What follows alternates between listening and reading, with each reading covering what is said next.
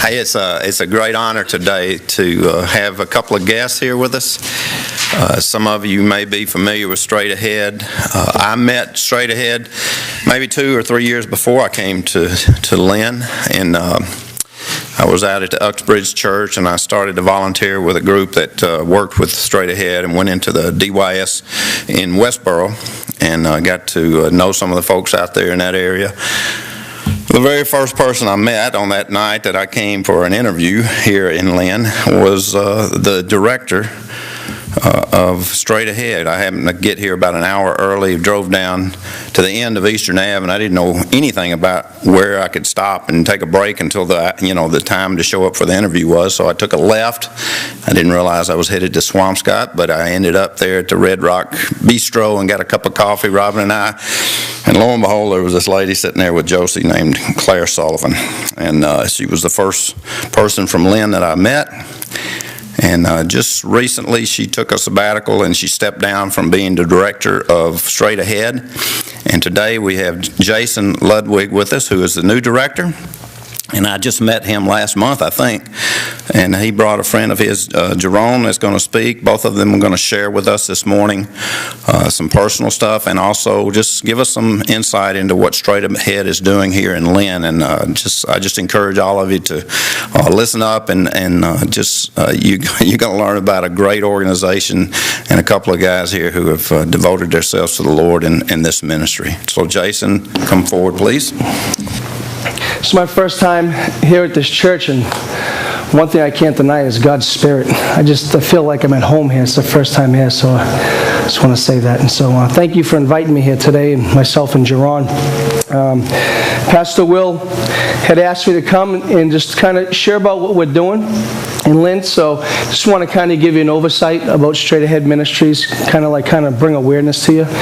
Is anybody familiar with Straight Ahead? Anybody in here ever heard of Straight Ahead Ministries? Great. So for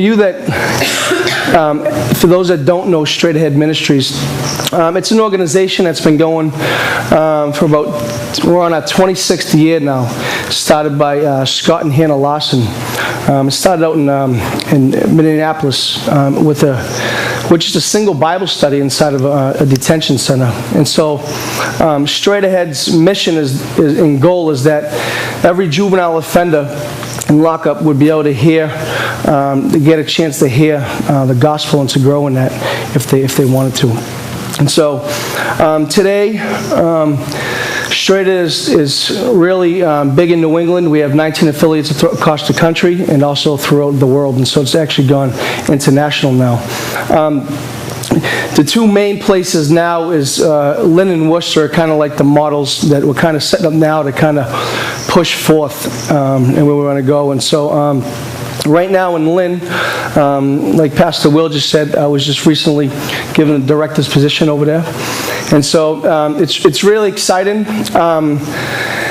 It's a lot deeper for me. I feel like there's a personal call here. Jerron and I are both from Lynn. We grew up in West Lynn all our lives. And so I'm going to have Jerron come up in a second, and we're going to just share our testimonies with you and kind of this journey that we've been on and how we got connected to Straight Ahead and where we're at and all the work that we're doing. And so right now, we go in a couple different facilities around here in Essex County. The main one is there's been kind of a shift. It usually was with mostly juveniles, but here in Lynn, what happened was when Pastor Claire came here 10 years ago, Straight Ahead's been in Lynn about 10 years now, what happened was a lot of the juveniles were now growing up and they were becoming adults, and at 17 you start getting charged as an adult. We work with nothing but offenders, and so the only requirement you have for Straight Ahead is if you've been arrested before. So we are an intervention ministry. We work with literally the population nobody else wants to work with, which is about 5% of the population of people who they look at and deem as the most dangerous. There's no future for, all the different things that people throw in them, and that's who we work with. And so what happened was a lot of our guys were growing up, and so at 17, what do? Do you let them just go? Well, if you're a ministry, you can't just let them go. And so what they did was they started expanding the age criteria. And so now we work here in Lynn specifically with 17 to 26-year-olds. And so I work up at the Middleton House of Corrections. I go up there and I run re-entry groups all day. It's pretty much, I go up there and it's really just relationship building. I don't go in there with an agenda with the guys. They're in there in programs all day long, so the last thing I want to do is hear about somebody drilling them with more stuff and how to live their life. And so I just go in, I give them a place to debrief, a place to vent, and just to build a relationship with them, and just kind of let the Lord, guide the conversations, a chance to really pray with these guys. And again, I'm going to let Jerron come up in a second, but what's really powerful is that you're going to hear me and Jerron's testimonies today about where God has taken us, and that we were those kids that people looked at and said there is no hope for, And I honestly felt like there was no hope for my life. I honestly thought one day that I'd be spending the rest of my life in state prison because I was just so accustomed to living that lifestyle. And so I'm going to have Jerron come up first and let him share, and then I'll come up afterwards. So again, thank you, Jerron. So I'm Jerron Reddick. I'm the case manager at Straight Ahead Ministries. I recently just got that position. But prior to me being the case manager, I was lead outreach worker for Straight Ahead. And pretty much my job was to reach out to the young guys or young adults and help them out as much as I can, provide the services to them.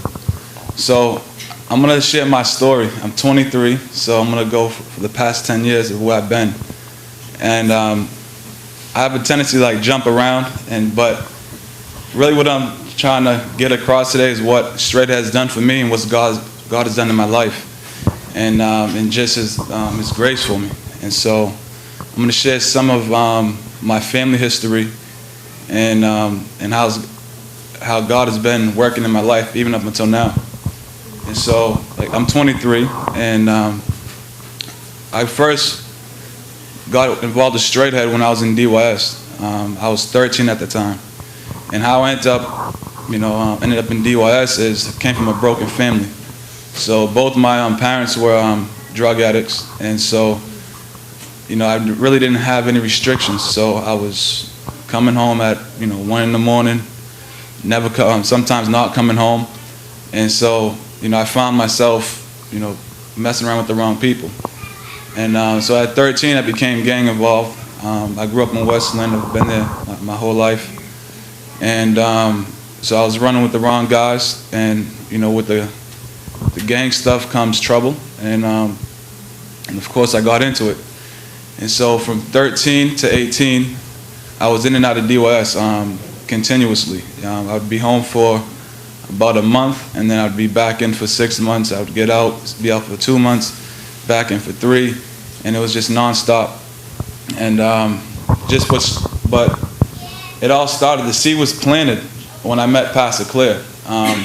She was coming into the DYS to do Bible studies, and I guess what attracted me to her was she was like a mother figure, and it was just her, the love she had for me, and it was just a woman I didn't know, just that love she just displayed towards me. It was just something I've never really felt. And so she would come every week, and we would meet and we would talk, and of course do study the Word. And it's not something that I looked forward to. I just really wanted to see her, But the seed was planted, from the first day I met her. And so I've been off and on with Straight Ahead. I was a participant up until I was 18, and I would go there and then I would disappear for a couple months, just because I was still getting into trouble, And but God has never left my life. He was there the whole time, and I've been very fortunate and very blessed, to have gone what I went through, and came out on the other end. I would say the winning end. And so just to backtrack a little bit, I came to Christ back in 2010, but before that, I was still running around and getting into trouble. I was still gang involved, and I ended up getting arrested. I caught a federal case. You guys may have read it in the paper. It was called The Melting Pot, where they arrested about 48 gang members in Lynn, and I was one of them. I was picked up on drug charges. And The reason I'm sharing that is because that was God in that. You know, at first, a lot of people didn't want to see it, but that day there, He saved me. And I remember being in the police station, and I knew what I did was wrong. I knew I messed up. And, you know, I usually pray when stuff like this happens, say, if you just get me out of this one last time, I will never do it again, I promise, you know. But, you know, that wasn't my prayer that morning in the police station. My prayer was to just let me go home and make things right, because when they had arrested me, my son was right there. So the last thing he seen was, you know, the SWAT team taking me out in handcuffs, and it was 6 in the morning, so we were all, you know, caught off guard. And so my prayer was to let me go home and make things right, and I'll deal with the consequences when the time comes. And my prayers were answered. So I'm in the federal courthouse in South Boston, and so there's about 30 of us down there. And, you know, everybody's going up to the courtroom one by one. And I'm like, you know, when am I going? I want to know what's going on. Am I going to get bailed out? And I want to know what my charges are. And so I was the second to last person to go up out of 30 people. And it just so happens that I got the best attorney. And his office was on the same street as the federal courthouse. I didn't have to pay for it. It was, you know, pro bono. But he was like the best, you know. And I just know that, like, because of him, well, not because of him, it's because of God. You know, he sent him my way. And he had a relationship with the prosecutors, and so I had kind of a, you know, how do I say it?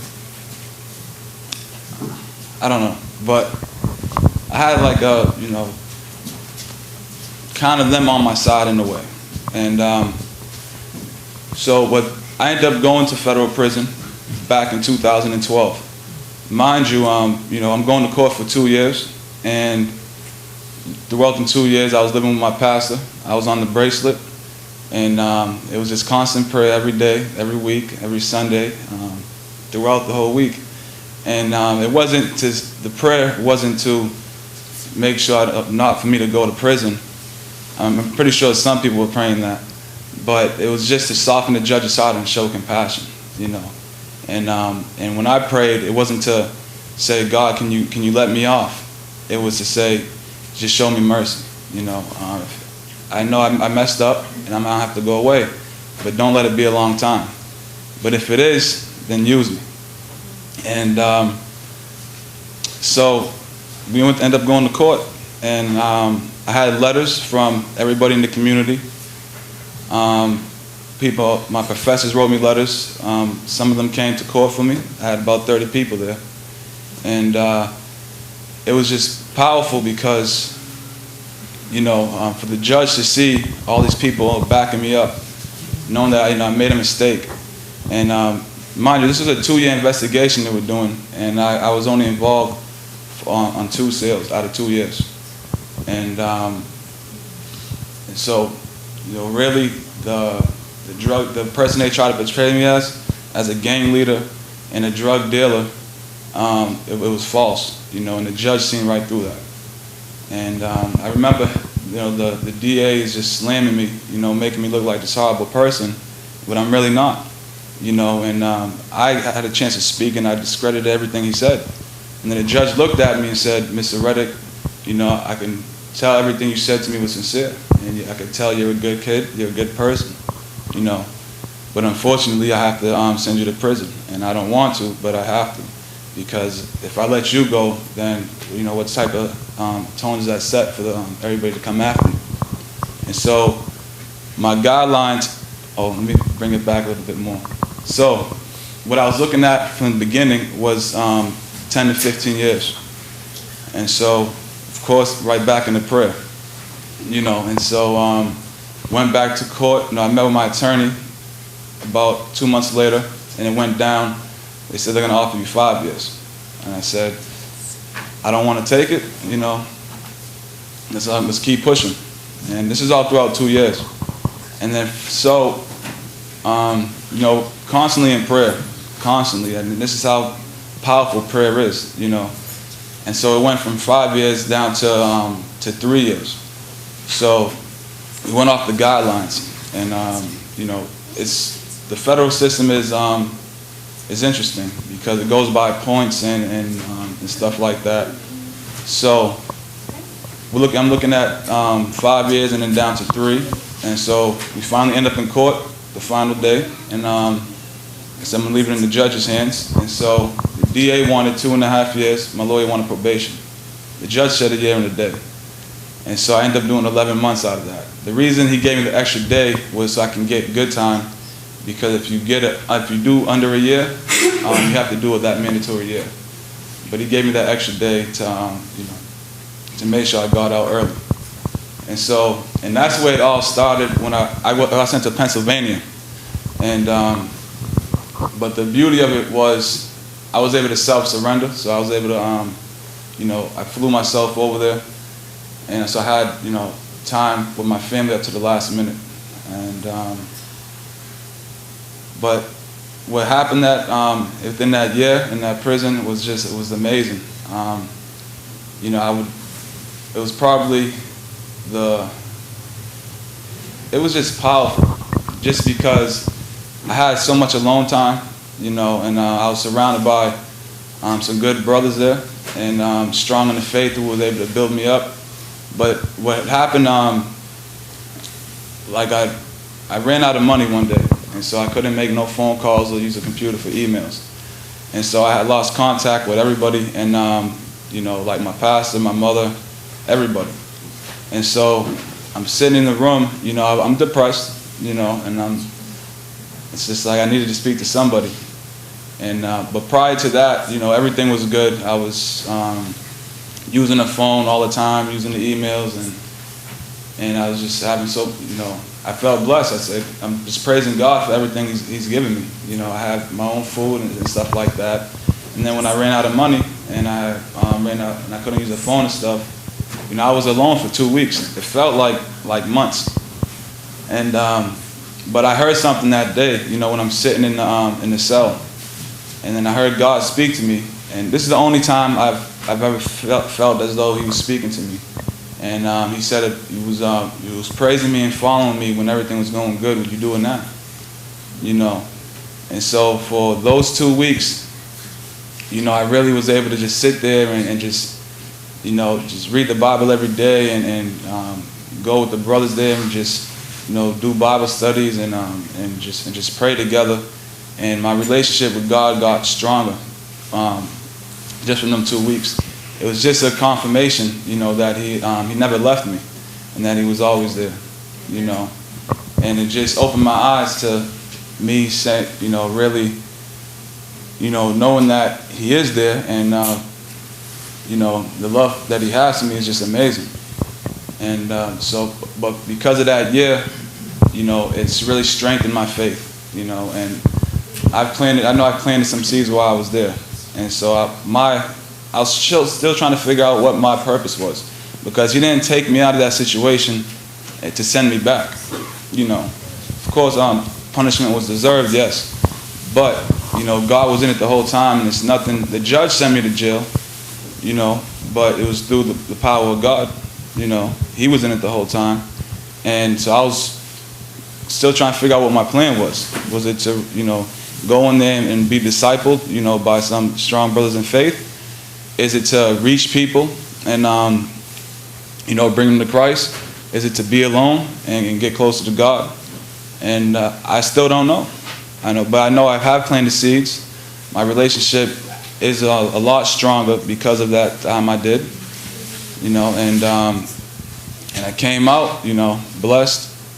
And I can't even say lucky, because I'm not. I've been blessed.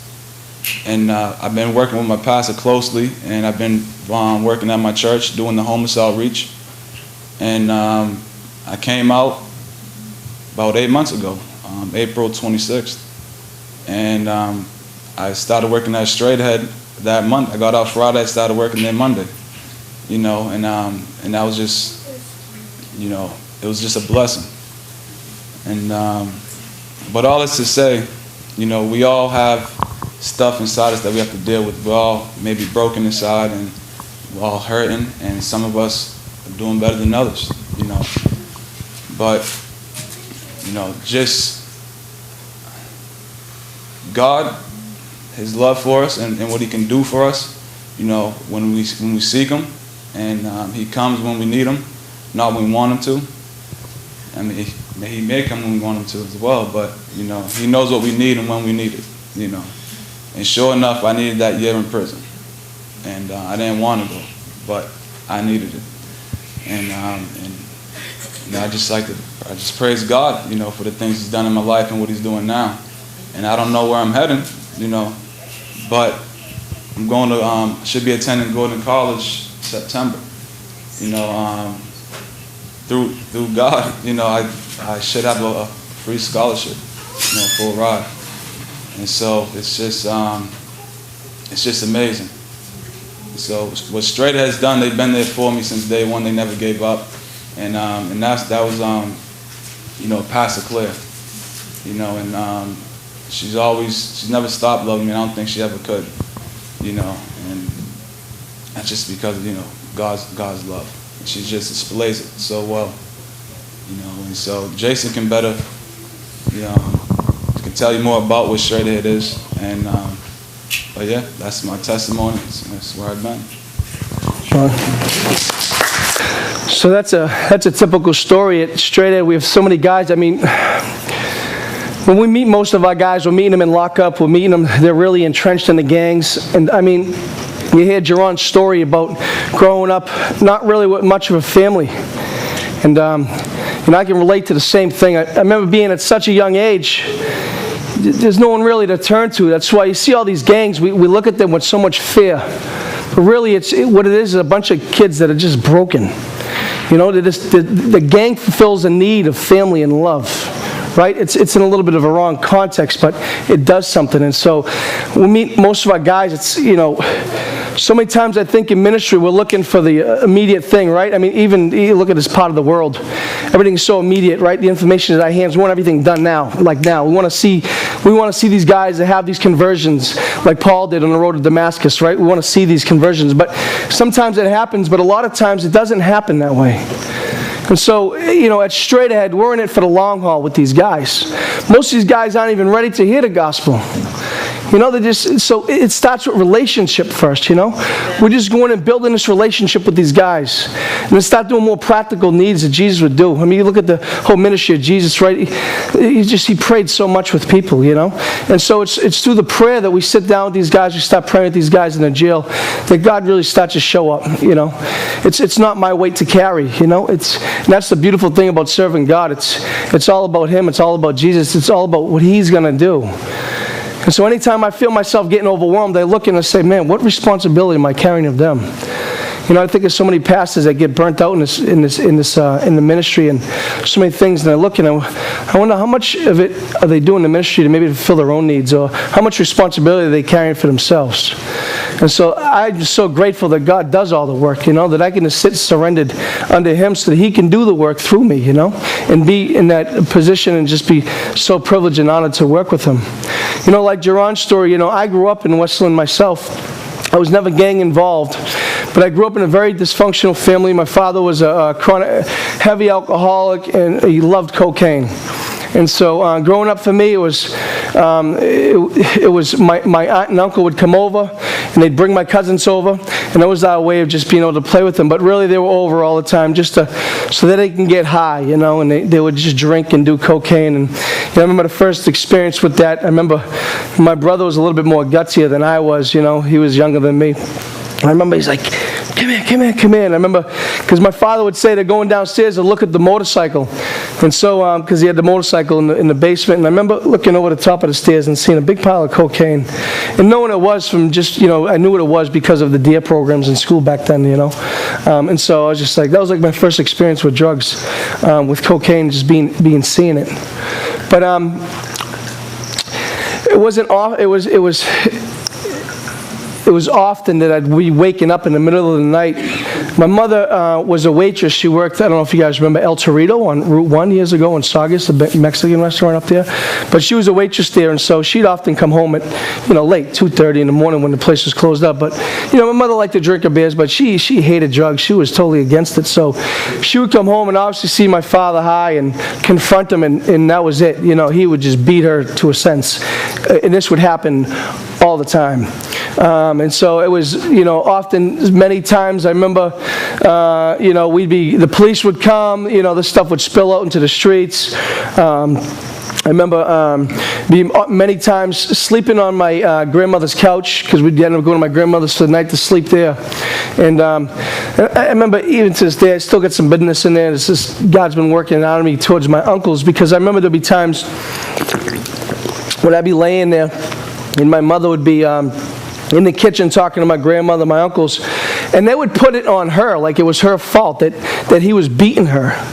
When really, it was like this big conspiracy theory, because they're the ones getting high with her, and so they were afraid to confront my father because one, he'd probably beat them up, or, that's like they're getting high partner. And so my family just shunned my mother for this, and really just never helped her out, and it was tough. I remember just sitting on the couch sometimes crying, just listening to them, really just talk down on my mother, and just the anger that just rose up inside me, And so, I remember growing up, I had, at the time, I had a brother and two sisters. We lived on Grove Street over there. And my mother was trying to support a mortgage and raise 4 kids. And so, she had to work 3 jobs. My family wasn't helping out at all. But eventually the bills piled up and she couldn't keep up with it. And so I remember the electricity, the heat, the water, everything got shut off. And I remember literally growing up, and we used to have to buy water from the store with food stamps so that we can literally flush the toilet, and so that we can take baths in.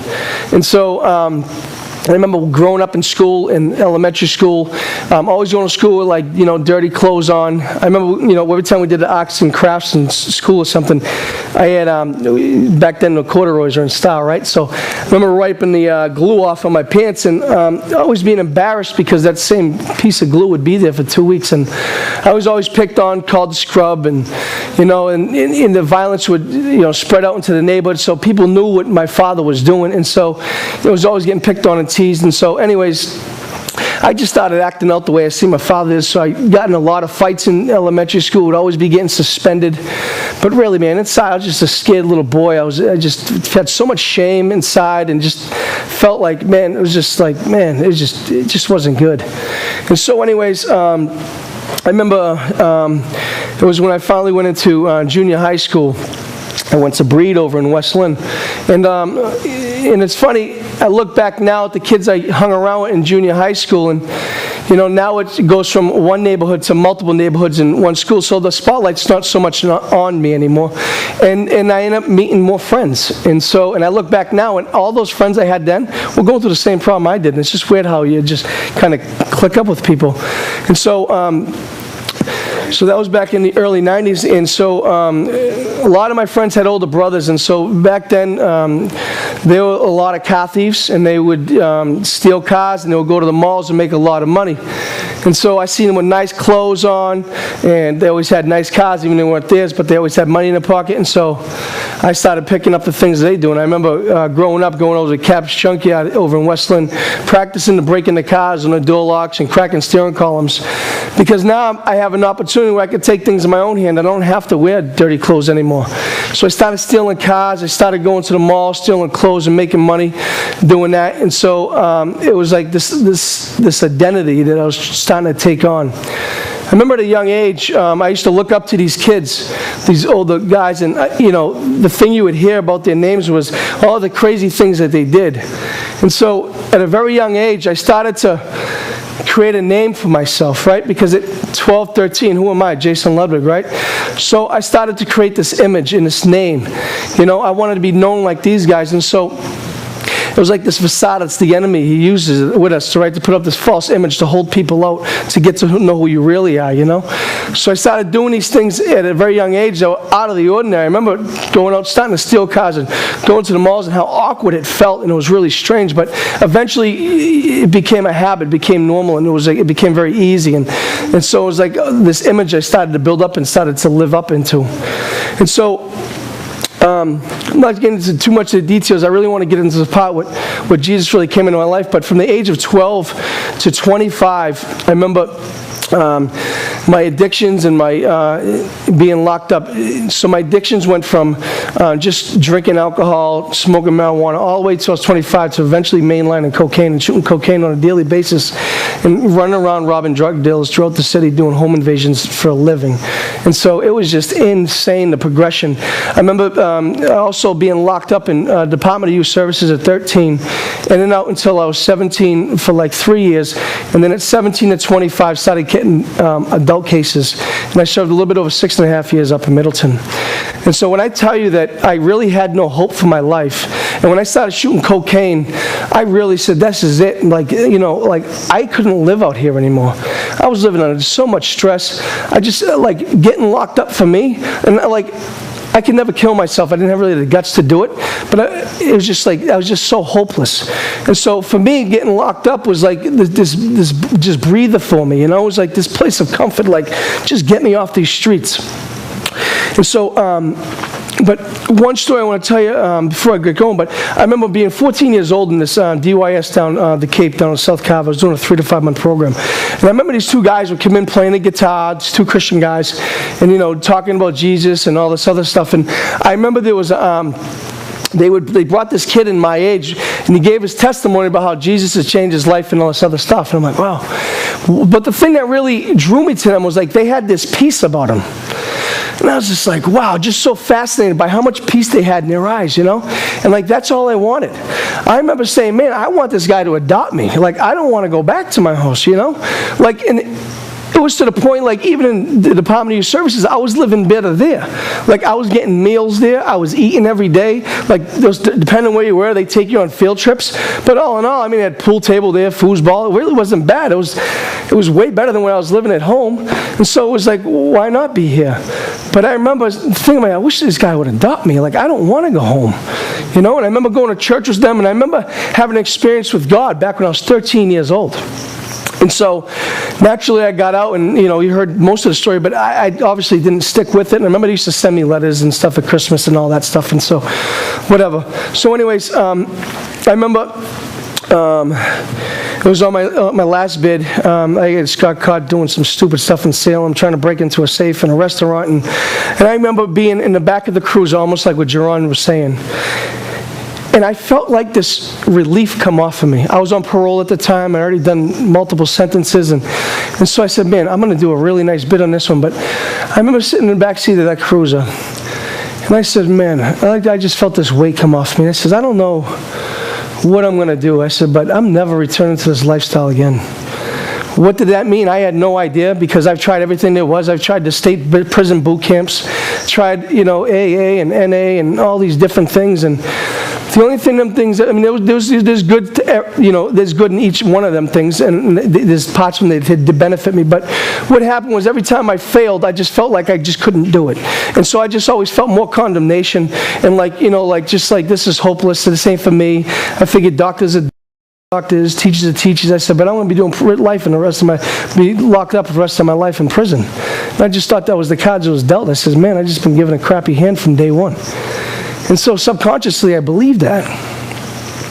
Well, I remember being up there, and I was just waiting to go back to get sentenced, and it was Ash Wednesday. At the time, they were doing Catholic services. I remember Father David came on the block. There was a Catholic priest up in Middleton. Joey, you probably remember Father David. And so he invited everybody to come over. And so being up on the pretrial blocks in Middleton, there's not much movement. You're pretty much just sitting up there.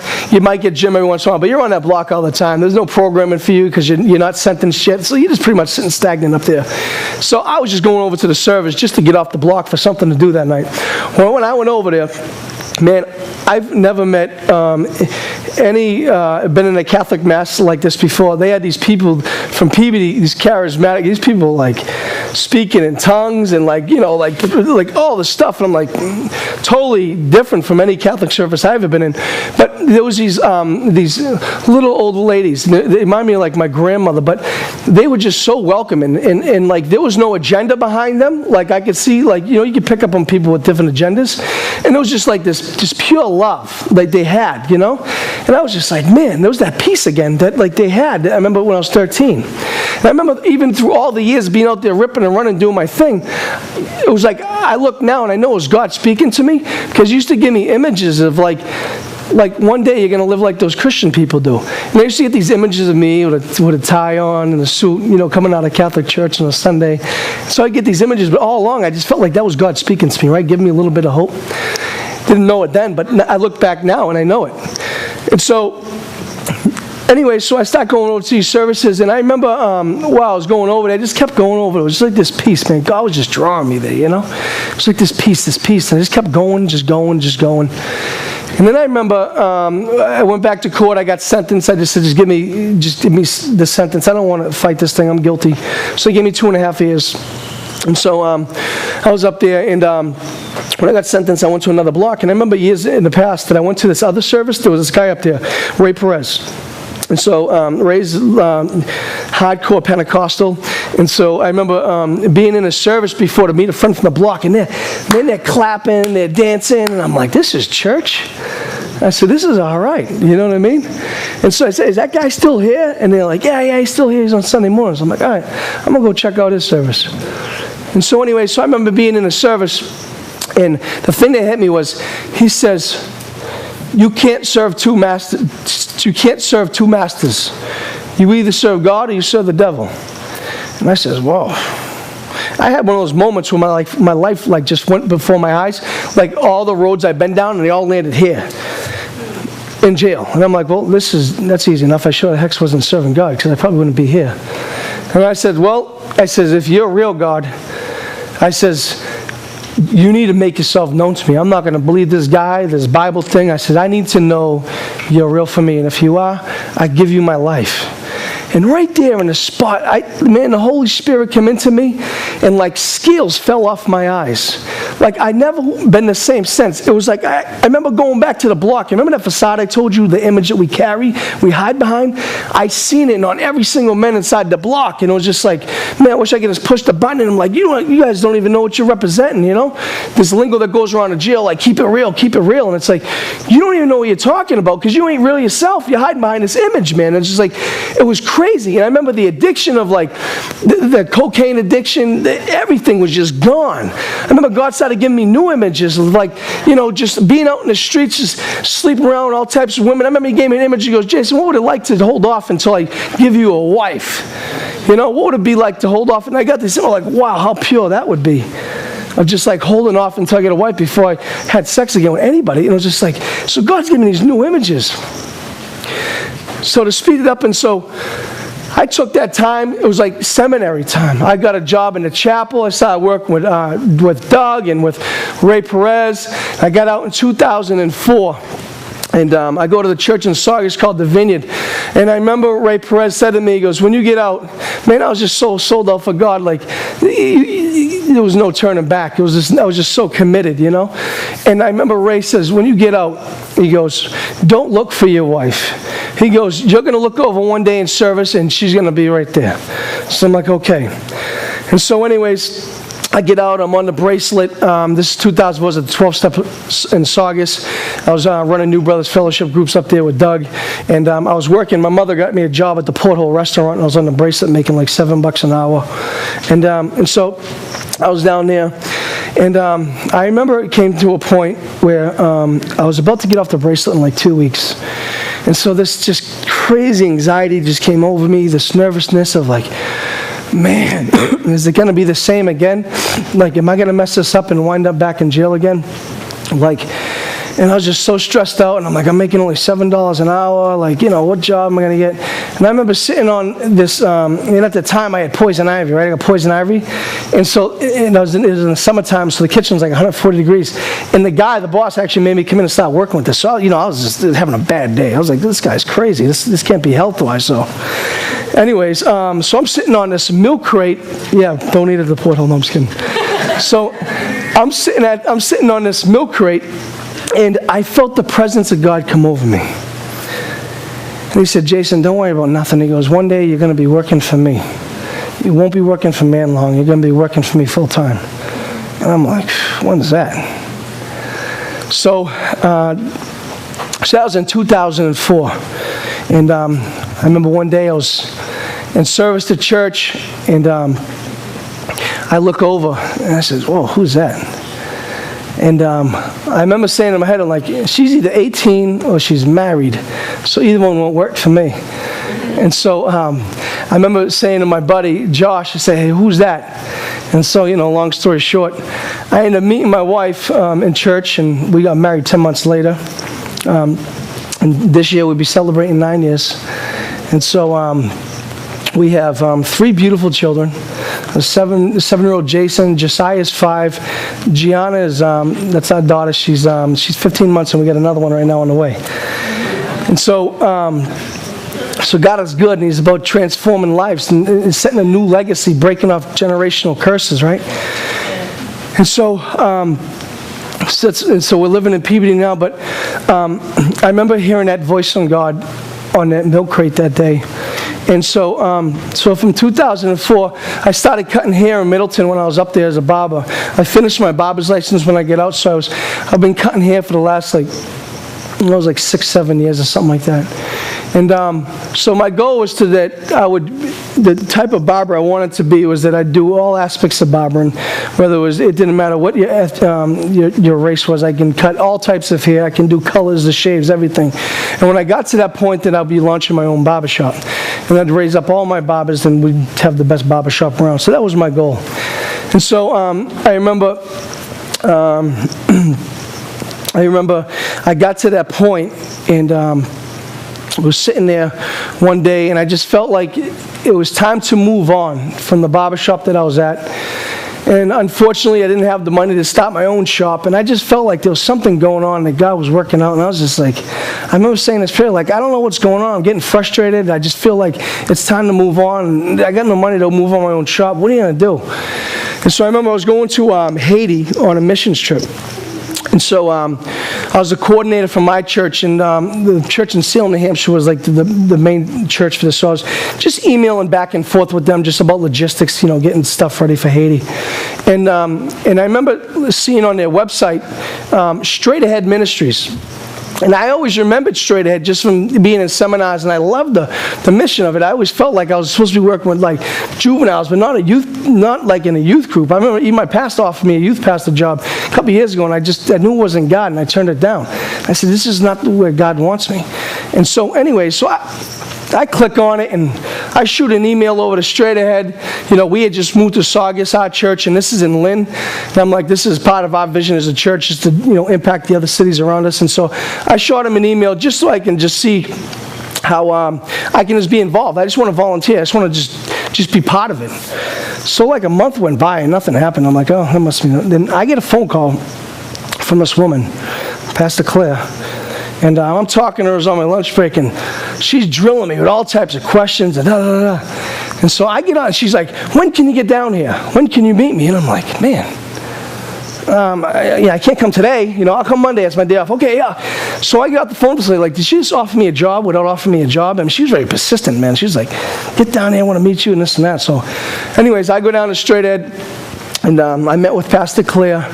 And I remember talking with her, and I just, she offered me the job, and I remember sitting there in her office, and, one thing I said, well, I got a family, and I said, I hate talking money. I said, but what's the pay? I got to meet I got bills to pay, right? And so she said it was $27,500. And I'm like, what? You got to be kidding me. So I'm like, there's no way I can do that. You know what I mean? But I'm ready to jump on board. You know what I mean? But I'm like, I got to talk to my wife. See, the good thing about how God put me and my wife together, I'm ready to I'll just do it. My wife's about numbers, and she's very logistic, and so she balances me out pretty well.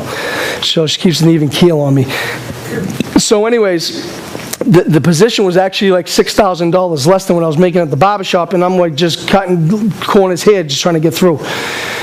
So I brought it home to her, and she's like, are you crazy? She goes, no, there's no way that could happen.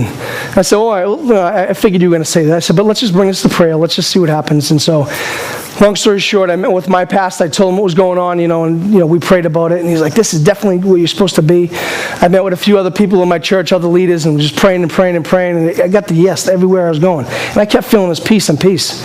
And it was finally when my wife says, we're supposed to do it. She goes, I don't know how it's going to happen, but we're supposed to do it.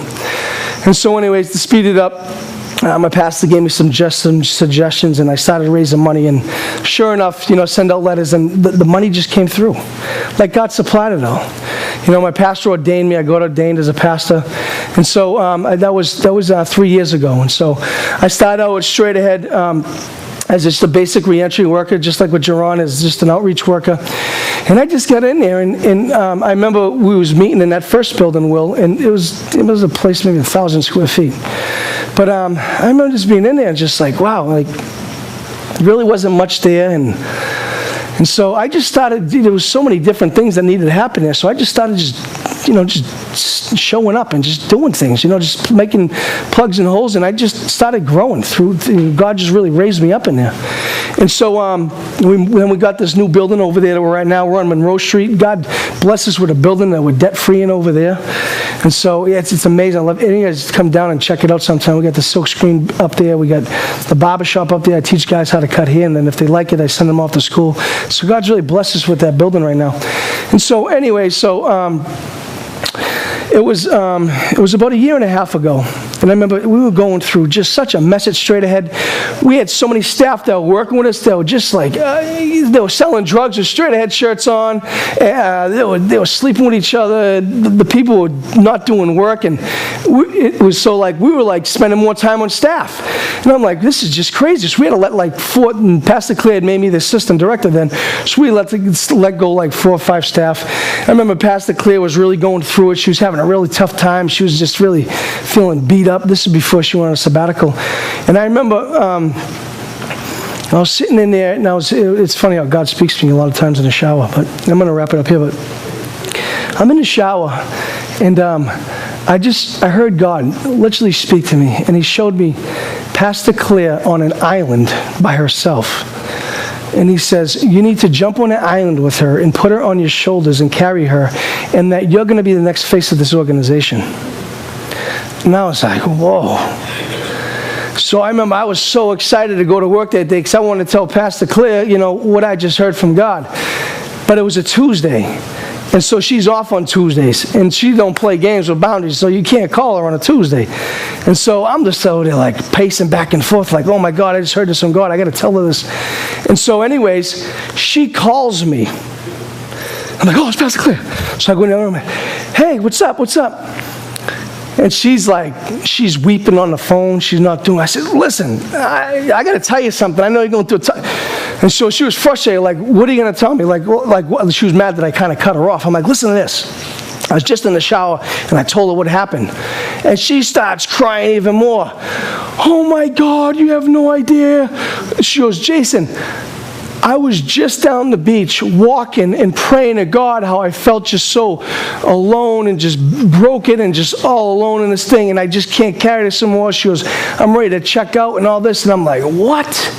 So this brought her hope, and we looked at the time, and it was like within like 10 minutes from happening. It's like she was down there praying, and then this happened. So it was insane. And so here I am now. Pastor Claire goes on sabbatical, and that was kind of like their probationary time to see if I was going to be the person for Straight Ahead. And I took on, they finally promoted me to being the director at Straight Ahead. But I want to wrap this story up with this, because this is powerful. Do you remember I told you those 2 guys that came into that DYS way back then? Well, I remember I was trying to find these guys and just say thank you, because this is some of your long-lasting fruit, right? Sometimes we get into ministry and, we want to see that seed just grow quick. But a lot of times we got to just be seed planters, right, and be okay with that. And another one waters and the other one helps grow and all that, but we'll reap our reward. But I just wanted to say thank you to these guys because for what they did, because that was the time that really kept that impression on me. And so I remember me and Danae trying to search down these guys and trying to find them for years, and I never could find them. And so I remember the first week I got hired on with Straight Ahead, I was giving my testimony in this like class, and those people from Straight Ahead from all over the country. And I remember we were down at the beach for lunch, and Hannah wasn't in class, which is Scott's wife. And she said, Jason, can you tell your story to me again too? I'd like to hear it. So I was telling her my story, and I started telling her about these guys who came into that. And she goes, Jason, she goes, did you know that was us? Like, those guys worked for us. That was Straight Ahead, way back when I was 13. I'm like, you've got to be kidding me. So I got a chance to reconnect with John Kinsley, who was the international director of Straight Ahead Ministries. He goes all over the place. But after 20-something years, being able to reconnect with these guys, I mean, if you put that in a book, people wouldn't even believe it. Like, you know, like that is like a real God story. Like, the place that planted the seed in me is now the same place I am as a pastor and as a director, in the same city that destroyed me. Like, and I'm now going back up to Middleton, House of Corrections up there, place where I did all my time. And like, God has showed me so much favor up there, and all the staff that were like younger when I was doing my time up there, they were just officers then, and now up in high-ranking positions, and so they got a chance to see how my life's been transformed, and so I have so much favor up there. It's just been absolutely amazing. And so when I told you that, like, this is a personal thing for me, like, this is a call, and the song God in the City, like, I love that song because God is in this city. Like, crime rate in Lynn has dropped dramatically. Like, the gangs have dropped dramatically in Lynn. Things are really changing here, like in this city. Like, God is about his business here, and I really truly believe we're going to see a huge revival come through here, and it's going to start in the prisons, and it's going to pour out into these streets all throughout Essex County. And so just be praying. I just love when you guys are praying earlier. I just felt so much hope in here, you know? Like, even all the tough times going, and like, God is hope. If we can't hold on to Jesus, what do we have? Like, he'll pull through. He'll pull through. If we continue to pray and just stay surrendered, he's going to handle things. Like, and so I'm just, you know, thank you for inviting me into this church, and I'm just really excited about the future and what we can do together in the city through prayer and whatever it is. And so I personally invite any one of you guys, anytime you want to come down to Straight Ahead and check it out, and give you a personal tour and show you more what we do and introduce you to some of our participants and stuff like that. But God bless you guys. This is an amazing church. I feel God's Spirit here. And so, Pastor Will, thank you for letting me come in and share. Thank you. Amen.